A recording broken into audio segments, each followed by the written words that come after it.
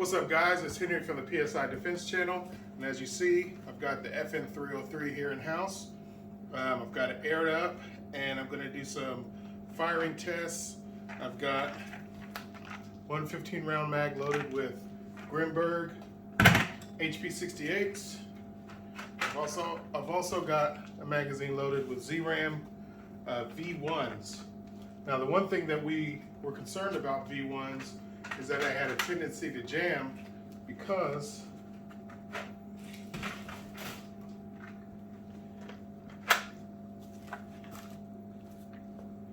they have that hard ledge on them. See that right there, hopefully? With the V2, they smoothed that out, they rounded it out, and I'm having great success with those in a lot of my markers, including the VKS with the Merciless Lethal Power Barrel. I have fired these before out of the FN303, and I will tell you I haven't had a single jam. Now, I do have proprietary FN303 rounds. I have some of the inert rounds as well as some of the power rounds and some of the marking rounds. I won't be testing those for the simple fact that they're designed to explode and they have a liquid in the back of them. So I shot one in my trap, and it's designed to explode, so it will deliver not only kinetic impact, but it will deliver its payload and disperse it. So the inert round did explode in my trap, kind of got my Kevlar wet, but it's a consistent 36 joules. So I'm going to show you guys what I'm getting with the ZRAMs as well as the HP68s. Now, this is stock. I haven't modified it whatsoever. It comes with this tank. I don't know how many CIs it is. I'm assuming it's about 22 to 30. I don't know the output pressure. I will be testing that, but it's completely stock other than this grip sleeve and this optic that I put on top of it. Now let's see if I can show you guys. It does have a regulator right back here, but I have heard that the regulator is pretty finicky and it does not like very high adjustments. You can have very minuscule adjustments. There apparently is a shim stack of Belleville washers in the back there, but if you go too far, you can potentially lose what you have. So it has a safety here. When the safety is engaged, not only can you not put your finger in there, but the trigger won't go as well. It has a built-in on and off, so I'll go ahead and gas it up. All right. Usually clicks, but I think one thing you got to be careful about the FN303, when you turn it off, it still has enough pressure in this line for 3 additional shots, which tells me that first of all, you have to be careful. Second of all, that this is a very highly efficient marker if just this small amount of air whip can hold enough pressure for 3 shots. So I'm gonna go ahead, get some chrono numbers for you guys. Again, these are the ZRAM V1s. Got my eye protection, always be safe. It's 318. 314. 310. I don't know why it's, uh-oh. 308. So it misfired on one shot and just cycled on to the next shot. That was a good feature. 306.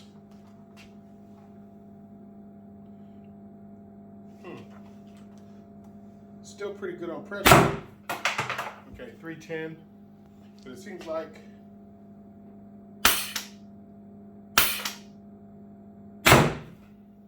wow, that's interesting. 312. Okay, that's enough shots of those. All right. As you can see, I shot out of the 15 mags, or out of the 15 rounds, I shot 1, 2, 3, 6, 7 of the rounds. That is a great feature of the FN. As you see, when I had a couple of misfires, the magazine cycled to the next round and ended up firing after it got cleared, which I think was tremendous. Okay, HP68s. They They fit in the magazine perfectly. Let's see what we got here. 330. It is slightly lighter, but that's more joules. 326. 328. 324. 320.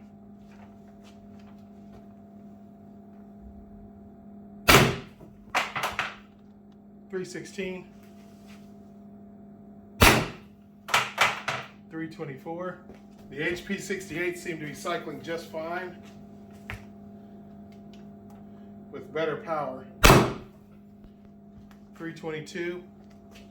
Let me see if I can't just unload the rest of these.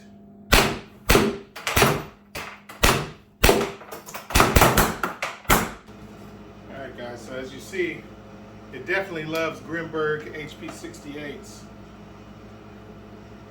It's a similar design to the HDR in the way that the magazine, the barrel style magazine, feeds through the breech, which is not conducive at all to jamming, which is wonderful. The FN303 is equipped with these iron sights. They flip up not very easily. So if you do get one of these, I highly recommend putting some kind of optic or laser tack light. This is one of my favorite reflex sights from back in the days. Definitely has a huge window, single push button, no auto on feature, but you just push the button. You don't have to fiddle around with any knobs. So I'll show you. Okay, I've turned the ASA off. All right, still shot 2.5, 3 times. So always be cautious of that. And with all of those shots, it had 3,000 PSI. Now it looks like it has about 1,500 PSI. So not bad. Pretty efficient. It is a large volume tank, so it will take me a minute to refill it. But overall, I'm very impressed. What I'm going to do, I'm going to test the output of this tank. See if maybe I can put on a First Strike carbon fiber tank. Maybe just step up incrementally on pressure, see how the FN likes that. I will do a little bit of modifying to the regulator, but I have a secondary one that I will be doing some testing on the regulator opening up here very soon. The FN303 is widely used for military and law enforcement applications for good reason. It is German design by FN Herstall, and it's just fantastic. The inside the internals, very rock solid. It's got polymer construction outside, makes it very lightweight. The stock could be better, I guess, but it's comfortable enough, solderable to get the job done.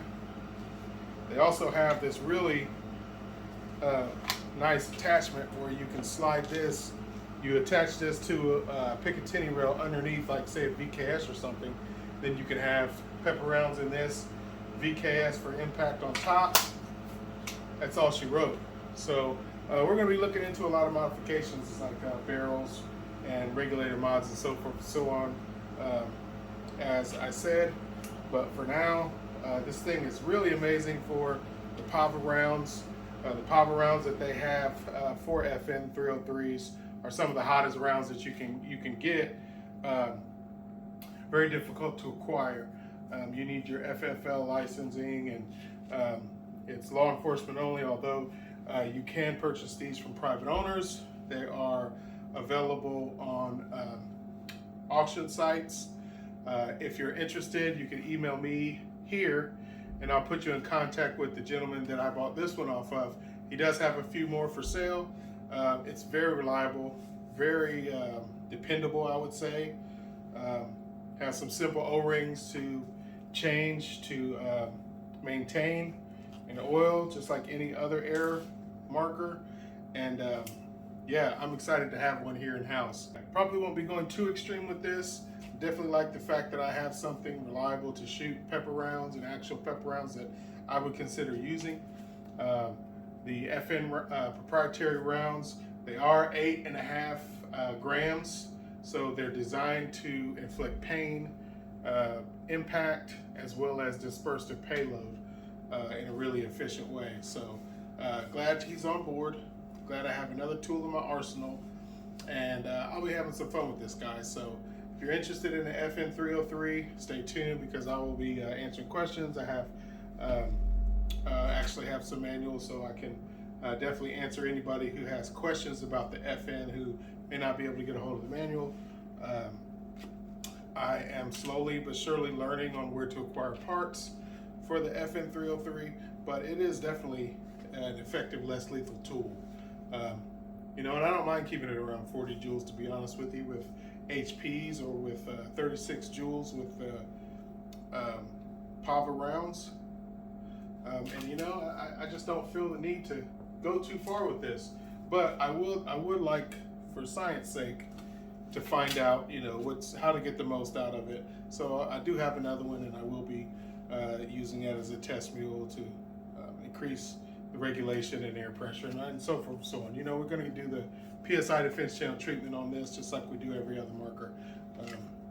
You know, not necessarily that we need high FPS or high pressure, but it gives us a greater understanding of our tools that we use, particularly in the maintenance and the operation and testing the limits. So with that said, that's all for this video. Definitely thank you guys for the support. Always continue to show love to one another. Make sure you take care of yourselves and each other. I'm gonna check you later. Peace.